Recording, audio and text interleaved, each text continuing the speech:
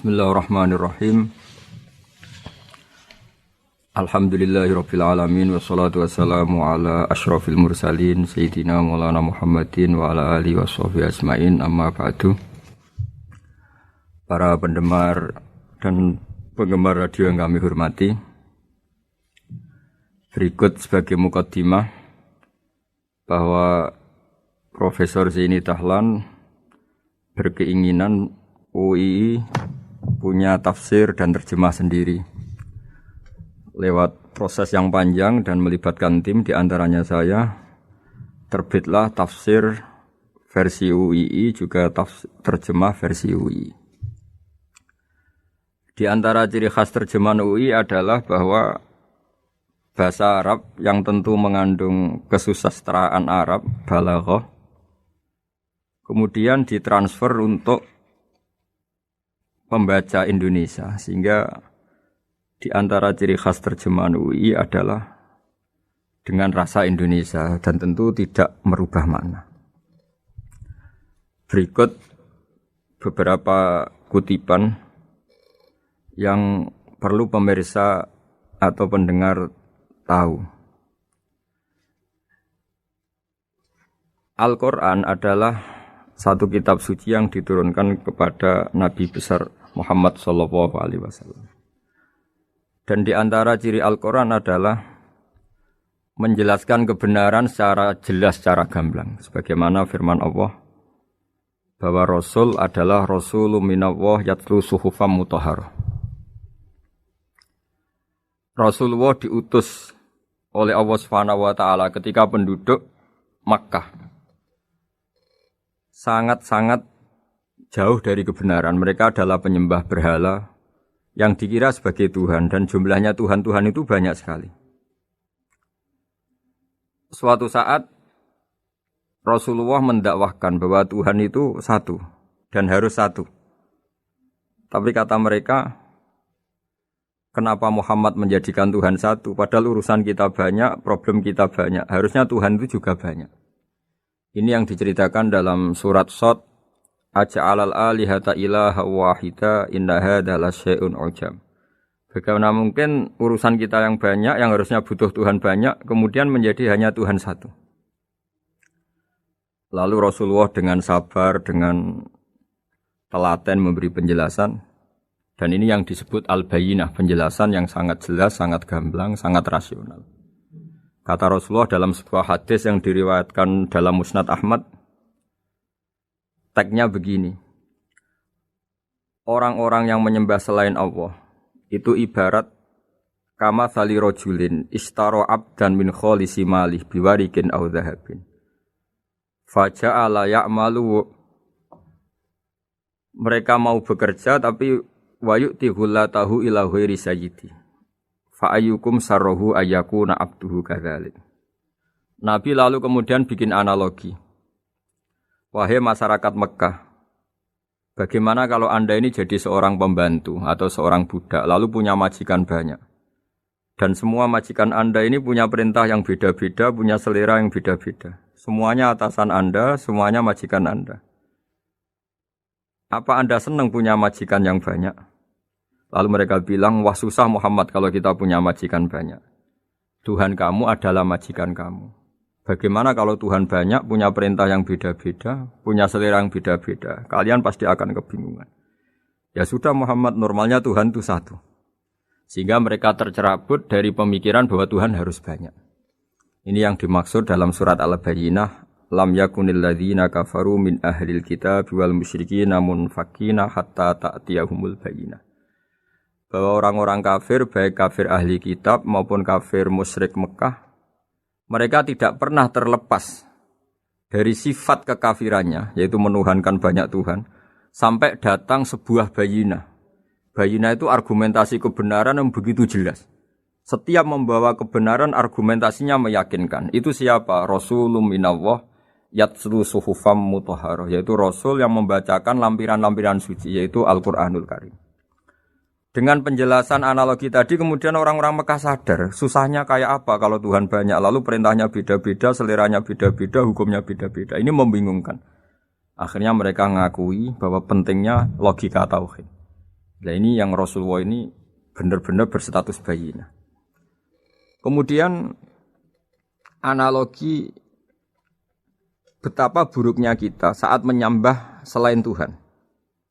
Lalu Rasulullah mencontohkan sebagaimana yang saya kutip tadi dari Musnad Ahmad. Misalnya Anda punya pembantu atau zaman dulu budak. Anda beli dari harta kamu, dari uang kamu. Kemudian budak ini kerja. Yang ngasih makan kamu, yang fasilitasi kamu, toko milik kamu, semua milik kamu. Kemudian dia kerja dan hasil dari kerjanya dia dikasihkan ke orang lain. Kamu senang tidak punya budak yang seperti itu, kata Rasulullah. Wah, kita semua tidak senang Muhammad. Sama seperti itu. Kamu adalah bisa makan rezeki dari Allah. Kamu nempat di buminya Allah. Kamu minum dari air yang dibikin Allah. Kemudian Anda menyembah selain Allah. Itu aneh apa enggak? Menyembah zat yang tidak memberi rezeki kamu, yang tidak bikin bumi untuk kamu, yang tidak bikin langit untuk kamu, yang tidak bikin fasilitas air untuk kamu. Aneh enggak? Semenjak itu mereka berpikir betapa buruknya mereka menyembah berhala, menyembah arca, menyembah Yesus, menyembah macam-macam. Nah ini yang disebut Rasulullah adalah orang yang benar-benar bayinah. Ketika melontarkan kebenaran, benar-benar jelas sehingga diterima secara akal yang sehat. Karena semua akal yang sehat akan menerima agama ini disebut fitratallahi fatarana salihah. Bahwa agama ini agama fitrah. Orang yang normal, yang cara berpikir normal pasti menerima agama ini. Nah, UII dengan terjemahan ini dan dengan tafsir ini ingin memberi penjelasan simbol-simbol yang ada di beberapa surat. Di antara lagi yang di bab muamalat. Betapa Rasulullah itu punya logika yang benar-benar mudah diterima. Dulu orang Arab dalam bab muamalat jual beli biasa menjual kurma masih kecil, masih belum jelas jadi kurma yang baik apa enggak. Kalau istilah orang Jawa masih pentil ini. Kalau bahasa Arab qobla buduwi solahiha. Calon buahnya itu belum pasti jadi buah. Kemudian masih bunga, masih apa sudah dijual. Dengan transaksi, asumsi, harga andekan sudah jadi kurma. Kalau dalam Jawa mungkin jual mangga sebelum tua masih pentil, masih kecil. Lalu kata Rasulullah, kamu jangan melakukan itu. Kenapa ya Rasulullah padahal kita butuh uang? Kata Nabi, Ara'aitum in mana Allahu as-samra fa bima yastakhillu ahadukum mala akhi. Bagaimana kalau buah-buah yang masih kecil itu kemudian berguguran karena satu musim atau karena apa? Lalu kamu mendapat uang itu atas nama apa? Yang dikatakan tijarah adalah muawadhah. Pembeli dapat barang, kamu dapat uang. Lalu kalau barang yang ada enggak menjadi buah yang baik, Anda menerima uang itu atas nama apa? Rasulullah secara haru, secara mengingatkan nurani kita dengan redaksi fabima yastahillu ahadukum mala akhi. Lalu kamu mendapat uang saudara kamu atas nama apa? Kalau atas nama buah, mereka belum mendapat buah. Akhirnya ada kesadaran bersama bahwa sebaiknya kita menjual sesuatu itu yang pembeli ya dapat barangnya, yaitu dalam konteks ini buah yang sudah layak dijual, kita dapat uangnya. Ini lagi-lagi Rasulullah al-Bayyinah sekali memberi penjelasan begitu jelas. Ketiga misalnya di bab jinayat, di bab hukum pidana. Rasulullah kalau bikin logika itu begitu jelas, mudah diterima. Misalnya begini, suatu saat Rasulullah bersabda, Al-qatil wal maktul finnar. Orang yang membunuh dan yang dibunuh sama-sama di neraka. Tentu dalam konteks saling bunuh yang dalam kezaliman. Lalu sahabat janggal. Ya Rasulullah, oke lah kalau pembunuh itu masuk neraka. Ini bagaimana mungkin yang dibunuh pun masuk neraka? Rasulullah dengan jelas, dengan bayinah, dengan hujjah, beliau menjawab, innahu kana harisan ala qatli sahibihi. Sebetulnya yang terbunuh pun mentalnya pembunuh. Karena dia sangat juga ingin membunuh saudaranya. Nasibnya saja yang menjadikan dia terbunuh. Hanya sahabat tahu, oh ya ternyata maktul dalam konteks duel adalah mentalnya qatil juga. Sehingga karena mentalnya qatil dia tetap di neraka. Meskipun prakteknya dia menjadi maktul yang terbunuh. Nah ini yang dimaksud oleh Allah. Bahwa Rasulullah ini bisa menghilangkan tradisi kemusyrikan. Bisa menjungkir balikkan, menghancurkan kemusyrikan karena Rasulullah bisa menjelaskan secara detail hatta ta'tiyahumul bayyinah. Bayyinah adalah Rasulun minallah yatslu suhufam mutahharah. Jadi ini yang insyaallah sebagai kajian kita bahwa kita butuh sekian penjelasan untuk mengenang dan membuktikan bahwa Rasulullah adalah benar-benar al-bayyinah. Dari sekian contoh tadi, pendengar bisa tahu betapa agama ini mudah diterima oleh akal. Sehingga di beberapa ayat disebut agama ini liqaumi ya'qilun, liqaumi yatafakkarun. Agama ini bagi kaum yang bisa berpikir, agama ini bagi kaum yang mau berangan-angan. Dulu untuk menghilangkan kemusyrikan dengan logika kafir Mekah bahwa urusan kita banyak, harus Tuhan banyak. Itu panjang sekali. Di antaranya ada ayat yang spesifik tentang itu. Daraballahu mathalan rajulan fihi syuraka mutasyakisuna wa rajulan salamal lirrajul. Hal yastawiyani masalah.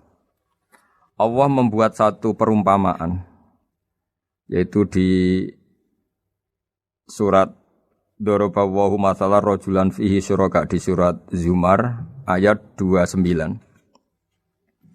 Allah membuat satu perumpamaan bagaimana andaikan Anda jadi seorang pembantu atau asisten. Lalu Anda punya majikan banyak yang seleranya beda-beda.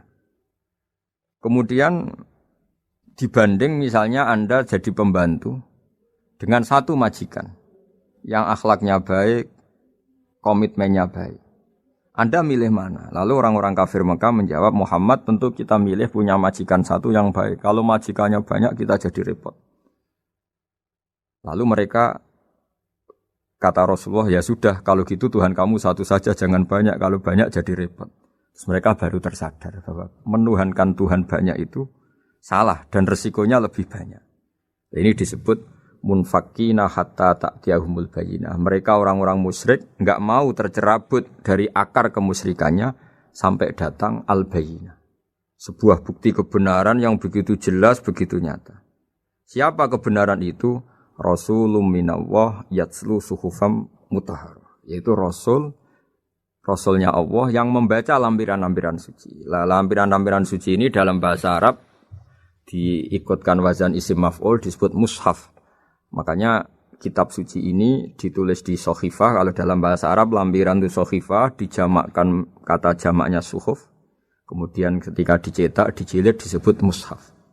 Sehingga alhamdulillah UII Universitas Islam Indonesia punya mushaf, punya terjemahan, punya tafsir. Ini diharapkan kita sebagai ulama, sebagai dai, sebagai ustadz bisa warasatul anbiya. Karena kata Rasulullah al ulama warasatul anbiya. Saya kira demikian supaya pemirsa tahu, pendengar tahu bahwa betapa pentingnya menjelaskan secara bayyinah.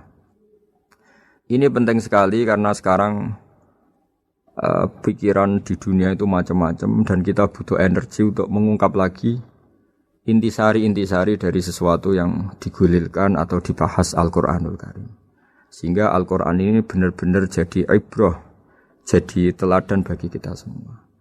Jangan sampai karena kita lupa mengkaji Al-Qur'an sehingga hukum-hukum Al-Qur'an menjadi mandek. Kita harus terus mensosialisasikan supaya Qur'an ini hidup. Caranya gimana? Masyarakat dirangsang supaya tahu al-bayyinah.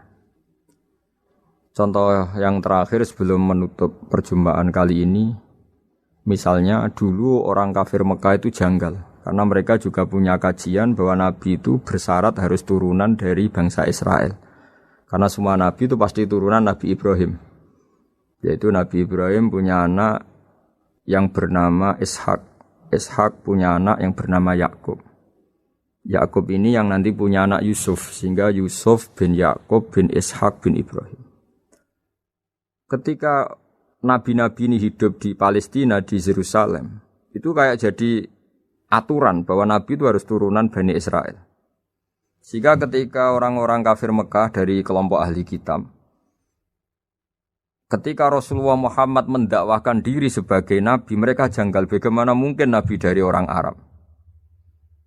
Nabi itu harusnya orang Yerusalem atau orang Palestina. Kemudian Allah memberi penjelasan fihi ayatum bayyinatum maqamu Ibrahim, bahwa Muhammad adalah turunan Ibrahim.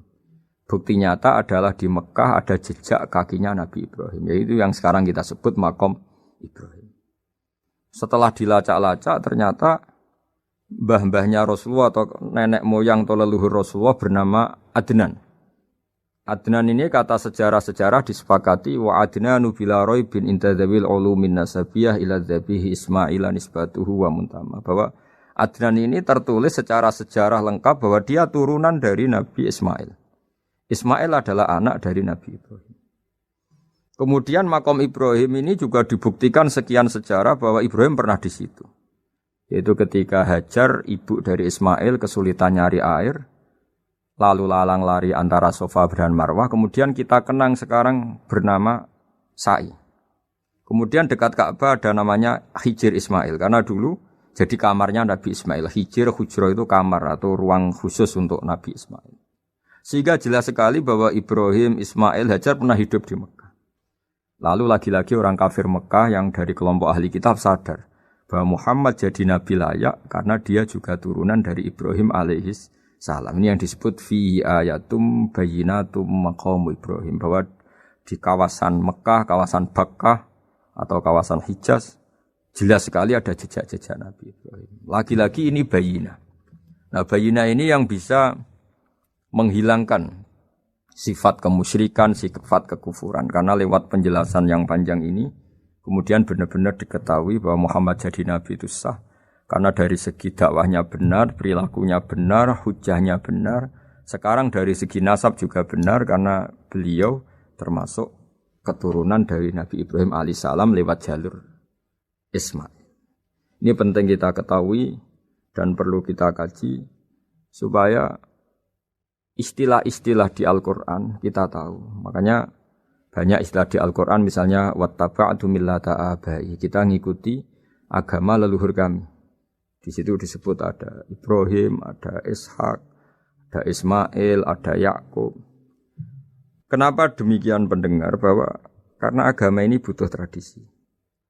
Dan tradisi ini menjadi komunitas sosial. Sehingga ketika tradisi ini sudah mantap, insya Allah lewat kebenaran agama ini akan menyingkirkan kemusyrikan. Contoh paling mudah begini, Nabi itu melarang orang menyembah batu. Tapi kemudian dalam tradisi Islam sendiri ada orang sholat kemudian sujud. Yang secara zahir sujud itu mencium batu atau mencium masjid tempat kita sujud. Apalagi kita mencium Hajar Aswad. Secara kasat mata seakan-akan kita ini menghormati betul Hajar Aswad. Sehingga orang kafir mencibir. Muhammad itu aneh. Dia melarang kita menyembah batu, tapi dia sendiri mencium Hajar Aswad seperti itu. Dia sendiri menyembah batu. Orang kalau sujud seakan-akan seperti itu. Tapi lewat penjelasan Nabi, bahwa kita sujud hanya kepada Allah. Kita kalau sujud baca sajadah wajhililladzi khalaqahu wa sawwarahu wa syaqqa sam'ahu wa basarahu bihaulihi wa quwati fatabarokallahu ahsanul khaliqin. Wajah kami sujud kepada zat yang menciptakan wajah kami, yang mengasihi kita pendengaran, yang mengasihi kita pandangan. Hanya Allah saja yang ahsanul khaliqin, hanya Allah saja zat yang paling baik dalam penciptaan. Ini penting sekali saya katakan bahwa sehingga sujud kita yang seperti itu adalah simbol tawadhu. Tidak ada kaitannya dengan kita ini menyembah batu. Sehingga kita tradisikan ke anak-anak saat sujud baca subhana rabbiyal a'la wa bihamdi. Kita ajarkan mereka bahwa semua selain Allah adalah ciptaan Allah. Jadi andai kan enggak ada tradisi tauhid yang dijelaskan begitu detail. Saat kita haji bilang labbaik Allahumma labbaik, labbaik la syarika lak labbaik. Innal hamda wan ni'mata laka wal mulka la syarika lak. Ya. Setiap kita haji mengitari Hajar Aswad, kita bilang nikmat semua dari Allah. Enggak ada syarik bagi Allah, enggak ada mitra bagi Allah, enggak ada sekutu bagi Allah. Sehingga karena ini kita maklumatkan, kita kumandangkan. Meskipun umat Islam itu mencium Ka'bah, mencium Hajar Aswad, enggak akan disalahfahami ini bentuk penuhanan kepada Hajar Aswad atau kepada Ka'bah. Karena kita ungkapkan innal hamda wan ni'mata laka wal mulka la syarika lak, enggak ada syirik, enggak ada mitra bagi Allah. Sehingga dari sekian talbiyahnya Rasulullah kita tahu ini bentuk pemaklumatan tauhid. Bahwa tauhid harus dikumandangkan lewat kalimat-kalimat thayyibah, lewat pemikiran-pemikiran logika hujjah bahwa Tuhan pasti satu dan yang jadi Tuhan hanya Allah Subhanahu wa taala. Karena andekan ini tidak dikumandangkan, kemudian ada ritual yang secara lahir kasat mata nyium Hajar Aswad, nanti seperti tuduhannya orang kafir bahwa Islam itu aneh, melarang menyembah batu, tapi nyatanya ada ritual mencium batu. Sebab itu tidak menjadi aneh ketika Imam Bukhari termasuk rawi besar, termasuk hadis sahih yang meriwayatkan Sayyidina Umar atau Umar radhiyallahu anhu itu setiap mencium Hajar Aswad beliau berkomentar, saya tahu betul kamu hanya batu, la tadurru wa la tanfa, tidak memberi madarat, tidak memberi manfaat. Kalau saja saya tidak melihat Rasulullah mencium kamu, maka saya tidak mau mencium kamu.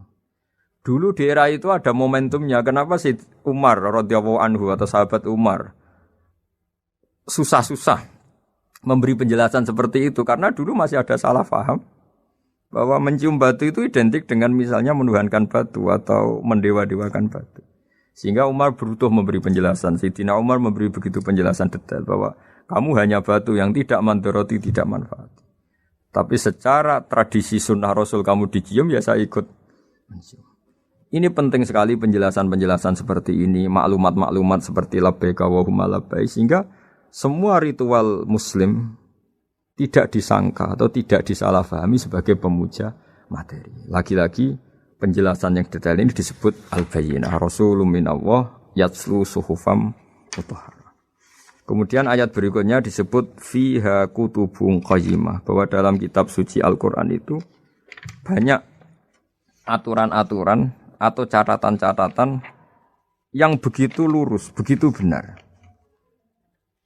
Tentu karena kita ini orang Indonesia yang kalau mengakses langsung bahasa Arab mungkin kita masalah, sehingga alhamdulillah Universitas Islam Indonesia menerbitkan seri terjemah juga seri tafsir, dan sekarang dibantu lewat acara ini kita berusaha atau membantu para pendengar untuk lebih memahami lebih jauh. Saya kira demikian. Mohon maaf kalau ada kesalahan. Wassalamualaikum warahmatullahi wabarakatuh.